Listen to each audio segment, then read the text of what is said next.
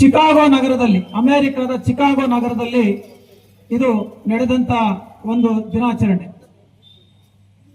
1860ರ ದಶಕದಿಂದ ಅಮೆರಿಕ ಜಗತ್ತಿನಲ್ಲಿ ಅಷ್ಟೊತ್ತಿಗೆ ಬಾರಿ ಮುಂದುವರೆದಂತ ರಾಷ್ಟ್ರವಾಗಿ ಕಾರ್ಮಿಕ ವರ್ಗ ದೊಡ್ಡ ಪ್ರಮಾಣದಲ್ಲಿ ಅಲ್ಲಿ ಗುರಿಯಾಗಿರ್ತದೆ. ಹಾಗೆ ಯುರೋಪ್ ರಾಷ್ಟ್ರದಲ್ಲಿ ಕೂಡ ಅದು ಬ್ರಿಟನ್ ಇರಬಹುದು, ಜರ್ಮನಿ ಇರಬಹುದು, ಇಟಲಿ ಆ ಭಾಗದಲ್ಲೂ ಕೂಡ ದೊಡ್ಡ ಪ್ರಮಾಣ ಬೆಳೆದಿರ್ತದೆ. ಆದ್ರೂ ಕೂಡ ಆವತ್ತಿನ ಸಂದರ್ಭದಲ್ಲಿ ಒಂದು ದೊಡ್ಡ ಪ್ರಮಾಣದಲ್ಲಿ ಹೋರಾಟಗಳ ಒಂದು ಕೇಂದ್ರವಾಗಿತ್ತು ಚಿಕಾಗೋ ನಗರ, ಅಮೆರಿಕದ ಚಿಕಾಗೋ ನಗರ. ಪ್ರತಿ ವರ್ಷ ಹೋರಾಟಗಳು ನಡೀತಾ ಇರ್ತವೆ. ಹೋರಾಟಗಳು ಪ್ರಾರಂಭ ಆಗಿದ್ದು ಆವತ್ತಿನ ಶೋಷಣೆ ಮಾಡುವಂತ ವರ್ಗ ಅಥವಾ ಬಂಡವಾಳಶಾಹಿ ವರ್ಗ ಏನಿರ್ತದೋ ಆ ವರ್ಗ ದುಡಿತಕ್ಕಂತ ಶ್ರಮಜೀವಿಗಳಿಂದ ಹೆಚ್ಚಿನ ಸಮಯವನ್ನ ಅವರಿಗೆ ಯಾವುದೇ ರೀತಿಯಲ್ಲಿ ಒಂದು ರೆಸ್ಟ್ ಇಲ್ದಂಗೆ, ಏನು ಇವತ್ತು 8 ಗಂಟೆ ಅಂತ ಹೇಳಿ ನಾವು ಕೆಲಸ ಮಾಡ್ತಾ ಇದ್ರು, ಅವತ್ತು 8 ಗಂಟೆ ಇರಲಿಲ್ಲ, ಅದು 10, 12 ಗಂಟೆ, 14 ಗಂಟೆ, 16 ಗಂಟೆ ಈ ರೀತಿಯಲ್ಲಿ ಅವರಿಂದ ದುಡಿಸ್ಕೊಳ್ತಾ ಇರ್ತಾರೆ. ಅಂತ ಒಂದು ದುಡಿಮೆಯಲ್ಲಿ ಅವರು ನಲಿಗೋಗಿರ್ತಾರೆ.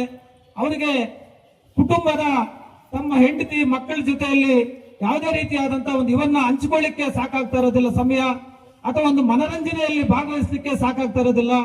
ಅಂತ ಒಂದು ಸಂದರ್ಭದಲ್ಲಿ ನಮಗೆ 12 ಗಂಟೆ 14 ಗಂಟೆ ದುಡಿಲಿಕ್ಕೆ ಸಾಧ್ಯ ಇಲ್ಲ, ನಾವು 8 ಗಂಟೆ ಮಾತ್ರ ದುಡಿತೀವಿ.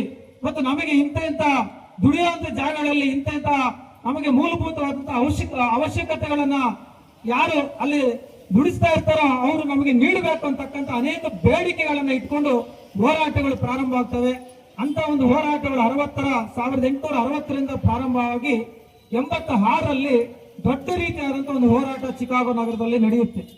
ಆ ಹೋರಾಟದಲ್ಲಿ ಅಲ್ಲಿನ ಪ್ರಭುತ್ವ ಪೊಲೀಸರ ಮುಖಾಂತರ 100 ಜನರನ್ನ ಸಾಯಿಸುತ್ತೆ. ಆ 100 ಜನ ಆ ಸತ್ತಂತ ಸಂದರ್ಭದಲ್ಲಿ ಅವರ ಮೈ ಮೇಲಿದ್ದಂತ ಆ ನೆತ್ತರನ್ನ ಸುರಿಸ್ತಾ ಇದ್ದಂತ ಆ ಬಟ್ಟೆಗಳನ್ನ ಬಿಚ್ಚಿ ನಮಗೆ ಇದುವೇ ಆಯ್ದ ಮುಂದೆ ಅಂತೇಳಿ ನಮ್ಮ ಹೋರಾಟಕ್ಕೆ ಸಂಕೇತ ಅಂತೇಳಿ ತಮ್ಮ ಬಟ್ಟೆಗಳನ್ನೇ ಒಂದು ಧ್ವಜವಾಗಿ ಹಿಡಿದು ಅವರು ಅವತ್ತು ಕರೆಯನ್ನ ಕೊಡ್ತಾರೆ. ವಿಶ್ವ ಕಾರ್ಮಿಕರೇ ಒಂದಾಗಿ ಹೋರಾಟಕ್ಕೆ ಮುಂದಾಗಿ ಅಂತಕ್ಕಂಥ ಕರೆಯನ್ನ ಅವತ್ತು 1986ರಲ್ಲಿ ನೀಡ್ತಾರೆ. ಆ 86ರಲ್ಲಿ ನೀಡಿದಂತ ಕರೆ 1990ರಿಂದ ಇಡೀ ಜಗತ್ತಿಗೆ ಅದು ಒಂದು ಕರೆಯಾಗಿ ಅದನ್ನ ಅವರು ಅವತ್ತು ತೀರ್ಮಾನ ಮಾಡ್ತಾರೆ, ದೀಕ್ಷೆಯನ್ನ ತಗೊಳ್ತಾರೆ. ಇಡೀ ಜಗತ್ತಿನಲ್ಲಿ ಈ ಕಾರ್ಮಿಕರ ದಿನಾಚರಣೆಯನ್ನ ಆಚರಣೆ ಮಾಡಬೇಕು ಅಂತ ಹೇಳಿ 1890ರಿಂದ ಇಡೀ ಜಗತ್ತಿನಲ್ಲಿ ಕಾರ್ಮಿಕರ ದಿನಾಚರಣೆ ಎಲ್ಲಾ ಕಡೆಗೂ ಅದು ಹಬ್ಬುತ್ತೆ. ನಮ್ಮ ಭಾರತದಲ್ಲಿ ಕಾರ್ಮಿಕ ದಿನಾಚರಣೆ ಪ್ರಾರಂಭ ಆಗಿದ್ದು ಮೊಟ್ಟ ಮೊದಲಿಗೆ ದಕ್ಷಿಣ ಭಾರತದಲ್ಲಿ, ಚೆನ್ನೈ ಅಂದ್ರೆ ಮೊದಲು ಮದ್ರಾಸ್ ಅಂತ ಹೇಳಿ ಕರಿತಾ ಇದ್ವು. ಮದ್ರಾಸ್ನಲ್ಲಿ ಸಿಂಗಾರವೇಲು ಚೆಟ್ಟಿಯಾರ್ ಅಂತಕ್ಕಂಥವ್ರು ಅಲ್ಲಿ ಅವರು ಕಾರ್ಮಿಕರನ್ನ ಒಂದು ಕಡೆ ಸೇರಿಸಿ ಅಲ್ಲಿ ತಮ್ಮ ಒಂದು ಲೇಬರ್ ಕಿಸಾನ್ ಪಾರ್ಟಿ ಅಂತಕ್ಕಂಥ ಹೆಸರಿನಲ್ಲಿ, ಯಾವ ಕಾರ್ಮಿಕ ಸಂಘಟನೆಗಳು ಅಂತ ಹೇಳಿ ಅವತ್ತು ಇರೋದಿಲ್ಲ, ಇನ್ನು ಉದಯ ಆಗಿರೋದಿಲ್ಲ, ಅವರು ಒಂದು ಲೇಬರ್ ಕಿಸಾನ್ ಅಂದ್ರೆ ಕಾರ್ಮಿಕರು ಮತ್ತು ರೈತರು ಒಳಗೊಂಡಂತ ರೀತಿಯಲ್ಲಿ ಒಂದು ಈ ದೇಶದ ಸ್ವಾತಂತ್ರ್ಯ ಹೋರಾಟದಲ್ಲಿ ಭಾಗವಹಿಸ್ತಾ ಇರ್ತಕ್ಕಂಥ ಒಂದು ಸಂಘಟನೆಯಾಗಿ ಅದು ಕೆಲಸ ಮಾಡ್ತಾ ಇರ್ತದೆ.